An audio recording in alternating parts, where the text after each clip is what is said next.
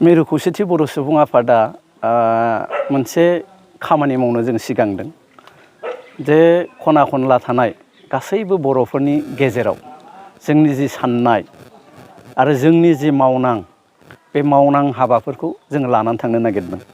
बिसेसके थार्ड बर' एकर्डनि उनाव जि थालांनाय माखासे आयदाफोरनि सायाव खामानि मावनांगौ बेयो जोंहा बारासो जादों। जोङो मावथि जथुम महरै जोङो दिनै बङाइगाव जिल्लायाव फैदों। बिदिनो जोङो गाबोन बरपेटा थांगोन, बिनि नेक्स्ट खालि जोङो सनितपुर, बिनि नेक्स्ट खालि बिश्वनाथ, नेक्स्ट खालि जोङो लखिमपुर, बिनि नेक्स्टआव जोङो धेमाजि, धेमाजिनि उनाव तिनसुकिया, डिब्रुगड़, चराइदेव, गलाघाट, कार्बि आंलं, हजाइ, नगाव, मरिगाव जानानै जों फिन गुवाहाटीसिम जोङो फैगोन। बे आयदानि सायाव जोङो दिनैसिम रिजाल्ट होनानै फाइनाल ओरै जाबाय बे बुंनो हानाय अबस्था जों जायाखै। खिन्थु जोंनिफ्राय जों प्रेसाराव दङ। दिनैबो नैबे बङाइगावआव गार' समाजनि मानगोनां बिथांमोनहा जोंनो गांसे गोसोखां बिलाइ होदों। जे बङाइगाव जिल्लायावबो एखेयैनो गवालपारायाव जेरै जादों बेबायदियैनो एभेक्सन खालामनो थाखाय माखासे गार' फेमिलिनो जि नटिस होनाय बे बाथ्राखौ जोङो मोनथिबावनानै फिन जोङो जोंनिफ्राय मोनसे बाथ्राखौ रोखा जादों जे फरेस्ट राइट एक्ट 2006 बेखौ मावफुंनायाव हयथ' सरकारा बारा गोसो गैया।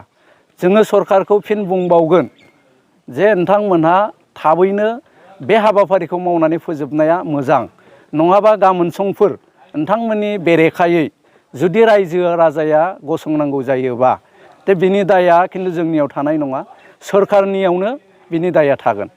थ' ओंखायनो जोङो सरकारखौ खावलायबोबाय थादों, जोंनिफ्राय जों बुंबोबाय थादों सम थानायावनो नोंथांमोना जाहाथे हाबाफारिखौ मावफुंनानै होयो। आरो बियो जिहेथु जोंनो बर' थार्ड एकर्डजों लिंक थानाय मोनसे इसु जे ट्राइबेल माहारिफोरनो फरेस्ट डिउलार एक्ट 2006 मथे हानि मोन्थाय, बे मोन्थायखौ होनांगौ। थ' बे होनायाव जेबो आपत्ति निस्सय थानाङा, जिहेतु बे मोनसे आयेन। जोङो बङाइगाव जिल्ला खौसेथि बर' सुबुं आफाद मोनसे मावफुं मेल जोङो आयोजन खालामदों।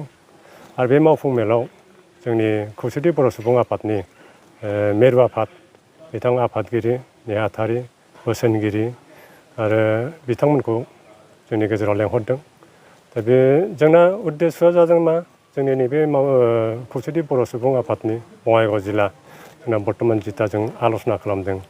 जोंना नेक्स्ट फैगौ दिनफोराव जाहाथे जोंनि संगठनफोरा जाहाथे जों मजबुत खालामलांनो हायो आरो जोंनि जिखिनि जेंना जेंला बे खौसेथि बर' सुबुं आफादनिफ्राय सफैनाय जाहा मानगोनां आफादगिरि नेहाथारिमोना जोंनो जिबादि मोजां बाथ्रायैनो गुरै बाथ्रायैनो जोंखौ जिबादि बुजायलांदों, बे बुजायनाय हिसाबै जाहाथे जोंनि नैबे बङाइगाव जिल्लानि जे गोग्लैसोनानै थानाय जोंनि खना खनला गामिफ्रा, हाजो हाला थानाय गामिफ्रा जाहाथे जों बिसोरखौ माबोरै उथायलांनो हायो, माबोरै दैदेनलांनो हायो, मोजां माबायाव हाबाफारियाव लांनानै जाहाथे बयबो जाहाथे मोजाङैनो सोलिबोनो हानायनि थांखिखौ लानानै जोंनि नैबे दिनै खौसेथि बर' सुबुं आफादखौ जोङो जिरायनाय जादों बे मावफुं मेल हिसाबै।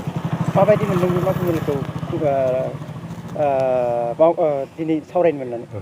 दिनै जिहेथु जों जिहेतु मावफुं मेलाव जोंनि खौसेथि बर' सुबुं आफादनि मानगोनां आफादगिरि नेहाथारि बोसोनगिरिमोना फैनानै जोंनो जिबादि गुरै रावैजोंनो जोंनि जिथा आदब खायदा जोंनो होलांबाय, बे आदब खायदाखौ जोंबो मोननानै बे आदब खायदाखौ हयथ' जोंबो जोंनि डिस्ट्रिक्टनि खना खनला थानाय बर' गामिफ्राव जोंबो बिथिंनि आदब खायदा बिसोर बिथोन होलांनाय बादि जोंबो बैबादि गामिफ्राव थांनानै हयथ' जोंबो माबा होनो हागोन, बिथोन होनो हागोन। थिग बेखौ जोङो दिनैनो नैबे आल'सनायाव जों मोननायखाय बहुद आङो गोजोननाय मोनदों। जाहाथे जोङो इयुन फारियाव बा इयुन भबिष्यतनि माबाखौ जोङो जाहाथे बिथोन हिसाबैनो जोंबो मावनानै जाहाथे जों गामिनि आइ आफाफोरखौ जौगास्रांनो हागोन, बेखौ आं खुब दिनै नैबे मेलाव मोजां मोनदों आरोखि।